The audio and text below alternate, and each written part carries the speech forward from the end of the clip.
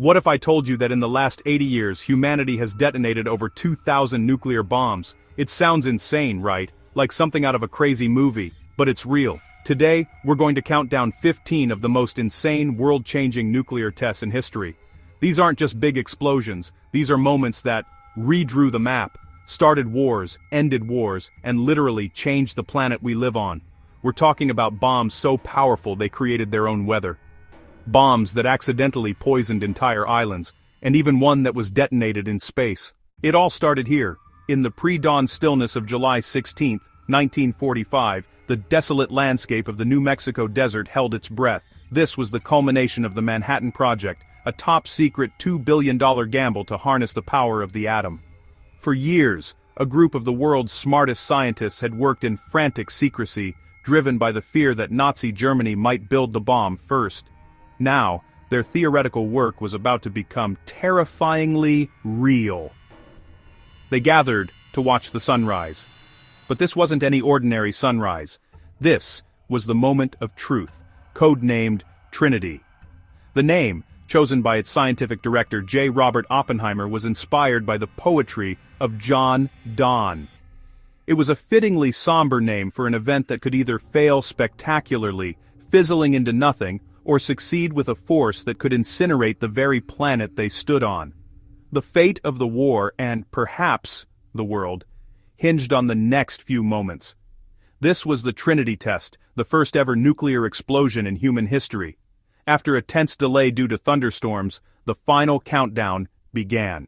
At precisely 5:29 in the morning they flipped the switch, unleashing the energy locked inside the atom. For an instant there was only light. A silent, impossible flash, brighter than 1,000 suns, erupted from the desert floor. It turned the darkest night into brilliant day, painting the distant mountains in hues of purple, green, and gold. It was a light no one had ever seen, a light that felt primal and divine. Then came the heat. A searing wave, like opening a blast furnace, was felt miles away. And finally, the sound. A deafening, continuous roar that echoed off the mountains and shook the ground beneath their feet, a physical blow that announced the arrival of a new power on Earth. A terrifying, awe-inspiring mushroom cloud billowed up, climbing 40,000 feet into the stratosphere, a violent, churning column of fire and debris. It was a monument to humanity's newfound and terrifying capability. The 100-foot steel tower that held the device was simply gone, vaporized. The desert sand beneath it melted into a strange, green, glassy substance later named trinitite. In the stunned silence of the control bunker, relief mixed with a profound sense of dread. J. Robert Oppenheimer, watching the terrible beauty of his creation, remembered a line from the Hindu scripture, the Bhagavad Gita, "Now I am become death, the destroyer of worlds." He knew, as did everyone who witnessed it, that nothing would ever be the same again. The Trinity test yielded an explosive force of about 21 kilotons, the equivalent of 21,000 tons of TNT. It was a terrifying success. Just weeks later, 2 bombs born from this same technology, Little Boy and Fat Man, were dropped on Japan, ending World War II and officially opening the nuclear age. But the story didn't end with the mushroom cloud. As the radioactive particles were carried on the wind, fallout dusted nearby communities, ranches, and farms. Residents, completely unaware of the danger, watched the strange ash fall from the sky. The human consequences of the atomic age began not in a distant land, but right here, in the American Southwest. For 4 years the US was the only nuclear power, until August 29, 1949. The Soviet RDS won. American intel was stunned. Joe 1 proved the monopoly was over. Panic swept the US. The arms race had begun. The Soviet device mirrored Fat Man. Espionage gave a massive head start. Then came Ivy Mike, thermonuclear, a building-sized device on a Lujolab. 10.4 megatons, nearly 500 Nagasakis. The blast vaporized an island. Proof the superbomb worked. Castle Bravo, March 1, 1954, predicted 6 megatons. It detonated at 15. A catastrophic miscalculation. Radioactive coral ash fell like snow. Children played in it. A Japanese fishing crew was showered. 1 died. The world was outraged. A brutal lesson in thermonuclear fallout. October 30, 1961. Tsar Bomba, the most powerful man-made explosion ever, 50 megatons, more than all WW2 explosives combined. The Tu-95 still felt the shock 70 miles away. The flash was seen 600 miles. The cloud reached the mesosphere. The shockwave circled Earth 3 times. Windows shattered in Norway and Finland. Too big, heavy, and slow. It was a weapon of propaganda and fear. Operation Crossroads assembled a ghost fleet of WW2 relics.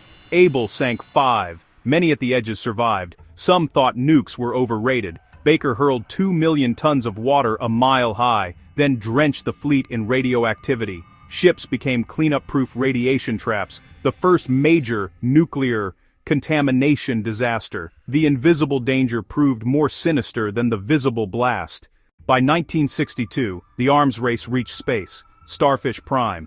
Instead of a mushroom cloud, an eerie red-green aurora visible from Hawaii to New Zealand. The EMP blew out streetlights and alarms in Honolulu, 800 miles away. It created an artificial radiation belt that fried satellites, including Telstar 1, a wake-up call that helped drive the Partial Test Ban Treaty. Britain struggled, then nailed it with Grapple Y in 1958. A true 2-stage thermonuclear detonation, 3 megatons. Success reset geopolitics, unlocking deep US-UK nuclear cooperation. France's Canopus in 1968, a suspended device over Fangatafa, 2.6 megatons, proof Paris mastered the H-bomb, but it ignited decades of protest over atoll damage and health impacts. February 13, 1960, Gerboise Bleu in the Sahara. France joins the club, 70 kilotons, more powerful than the first US, Soviet, and UK tests. But amid a brutal war and on living lands, soldiers watched from trenches. The human and environmental costs lingered for decades. October 16, 1964, China detonates its first bomb at Lop Nur. After the Soviets withdrew help, China forged ahead, on its own terms, a fifth nuclear power, reshaping Asia and the Cold War. In just 2.5 years, China leapt from fission to fusion, the fastest in history. 596 ended the US-Soviet duopoly, signaling a rising superpower, a deterrent that reshaped regional and global calculus. On May 18, 1974, the sands of the Pokhran Desert in Rajasthan trembled. India had conducted its first nuclear test, codenamed Smiling Buddha. Officially, it was designated a peaceful nuclear explosion, a device intended for civil engineering projects, not for war. This carefully chosen language was meant to soften the blow on the world stage, suggesting a benign entry into the nuclear club. But the international community was not convinced. The test was seen as a clear violation of the spirit of the Non-Proliferation Treaty. In response, the Nuclear Suppliers Group was formed to control the export of nuclear materials, and severe sanctions were imposed on India, isolating it from the global nuclear mainstream for decades. The world's non-proliferation efforts had been dealt a significant blow. The shockwaves were felt most intensely in neighboring Pakistan. Its leader, Zulfikar Ali Bhutto, famously declared that his country would develop its own bomb, even if its people had to eat grass. The nuclear arms race in South Asia had begun. Pakistan warned it would match India's capability at any cost. For 24 years, an uneasy quiet held. Then, in May of 1998, under a cloak of extreme secrecy, India stunned the world again. It conducted 5 more nuclear tests at the same Pokhran site. Codenamed Operation Shakti, this was India's unambiguous nuclear coming-out party. Prime Minister Atal Bihari Vajpayee declared India a full-fledged nuclear weapons state. The news was met with widespread euphoria at home, a moment of nationalistic pride. But abroad, it sparked fury and deep anxiety, triggering another round of international sanctions. Crucially, India claimed one of the tests was of a thermonuclear device, an H-bomb. This assertion remains a point of contention. International experts, analyzing seismic data, questioned the declared yield, suggesting it was much lower than what would be expected from a successful thermonuclear detonation. The debate over the true power of India's arsenal continues to this day. The pressure on Pakistan was immense. Just 2 weeks later, it answered. In the remote Chagai hills of Balochistan, Pakistan detonated 5 nuclear devices in a single day, followed by a 6th 2 days later. The day was named Yawm-e Takbir, the Day of Greatness. For Pakistan, it was a moment of achieving strategic parity, a powerful assertion of its own sovereignty and security. Crippling sanctions were swiftly imposed on both nations, but it was too late. The nuclear genie was out of the bottle.